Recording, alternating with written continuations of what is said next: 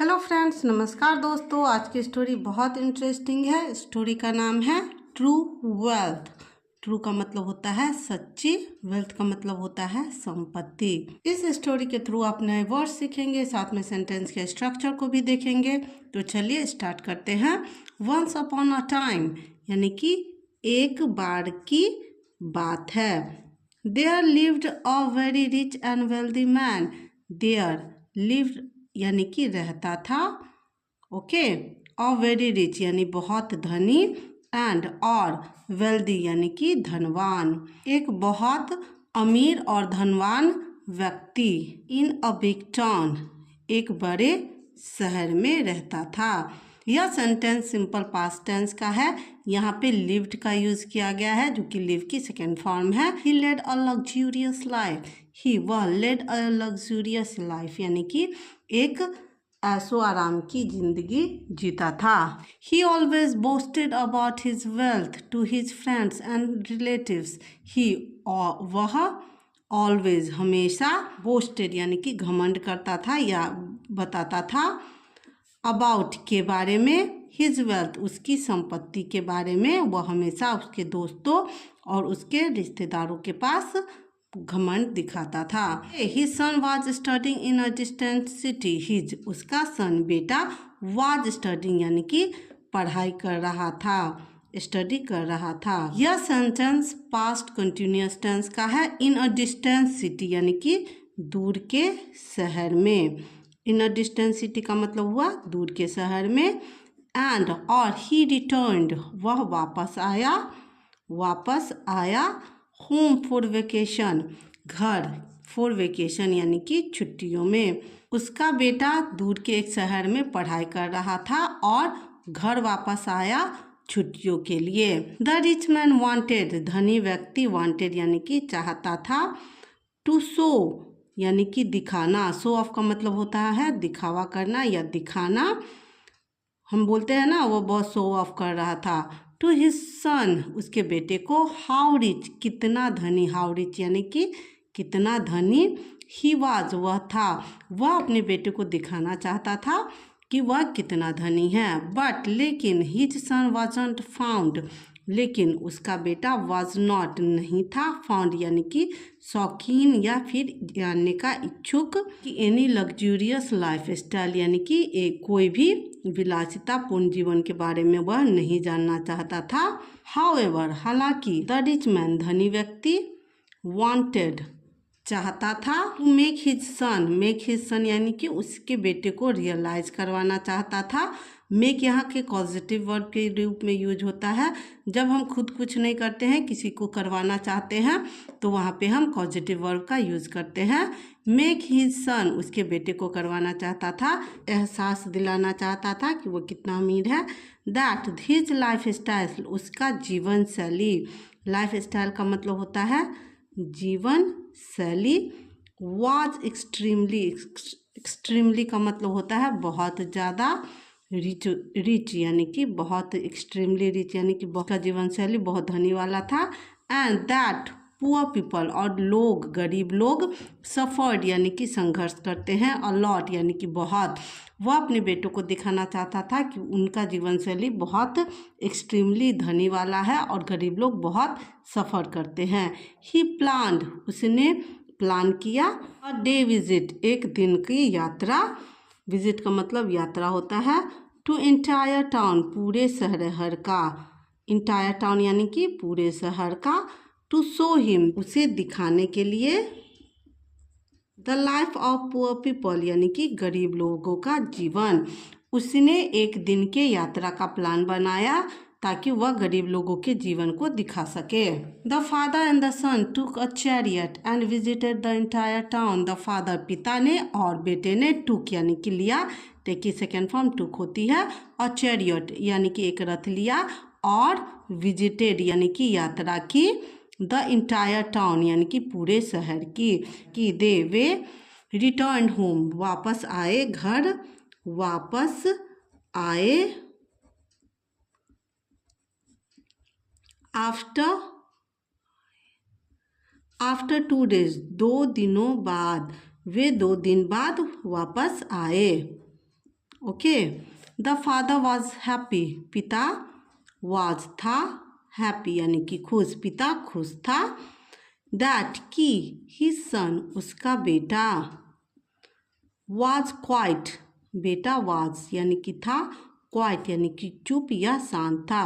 पिता खुश था कि उसका बेटा शांत था। आफ्टर सीइंग देखने के बाद, देखने के बाद द पुअर यानी कि गरीब लोगों को, पुअर पीपल यानी गरीब लोगों को, सफरिंग लोगों का, सफरिंग यानी कि संघर्ष। पिता खुश था कि उसका बेटा शांत था। आफ्टर सीइंग यानी कि देखने के बाद द पुअर पीपल सफरिंग गरीब लोगों का संघर्ष। सो ही आस्क्ड, सो इसलिए ही उसने, आस्क्ड यानी कि पूछा, उसने बेटे से पूछा। Dear son how was the trip, dear son यानी कि प्यारे बेटे, हाउ वॉज द ट्रिप यानी कि ट्रिप यात्रा कैसी थी। यात्रा हाउ वॉज द ट्रिप का मतलब हुआ यात्रा कैसी थी। क्वेश्चन मार्क देंगे।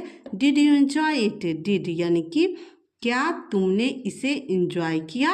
यह सेंटेंस सिंपल पास्ट टेंस का इंट्रोगेटिव सेंटेंस है। क्या तुमने मजे किए या एंजॉय किया। यस डैड, हाँ पिताजी, बेटे ने क्या जवाब दिया, हाँ पिताजी, yes dad. It was lovely, यह प्यारा था। ओके। रिप्लाइड द सन, बेटे ने जवाब दिया कि यात्रा अच्छी थी। देन ही आस्क्ड, तब ही उसने यानी कि पिता ने, आस्क्ड यानी कि पूछा, हिम उसे, उससे पूछा, दैट कि, what he had learn, what क्या, ही हैड लर्न क्या उसने सीखा था, फ्रॉम द ट्रिप यानी कि यात्रा, फ्रॉम का मतलब होता है से, द ट्रिप यानी कि यात्रा से। यह सेंटेंस पास्ट परफेक्ट टेंस का है। ओके। यहाँ पर हैड का यूज किया गया है, इसके बाद लर्न की थर्ड फॉर्म लर्न का यूज किया गया है। द सन वॉज साइलेंट, सन यानी कि बेटा, वॉज था, साइलेंट यानी कि चुप, बेटा चुप था। द फादर टोल्ड, पिता ने कहा, दैट कि, ही वॉज हैप्पी, वह, वॉज था, खुश, वह खुश था।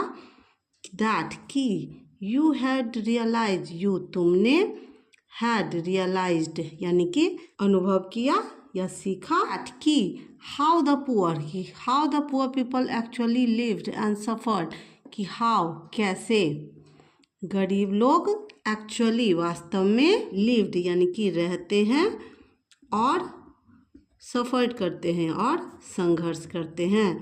तुमने सीखा कि कैसे गरीब लोग रहते हैं और संघर्ष करते हैं।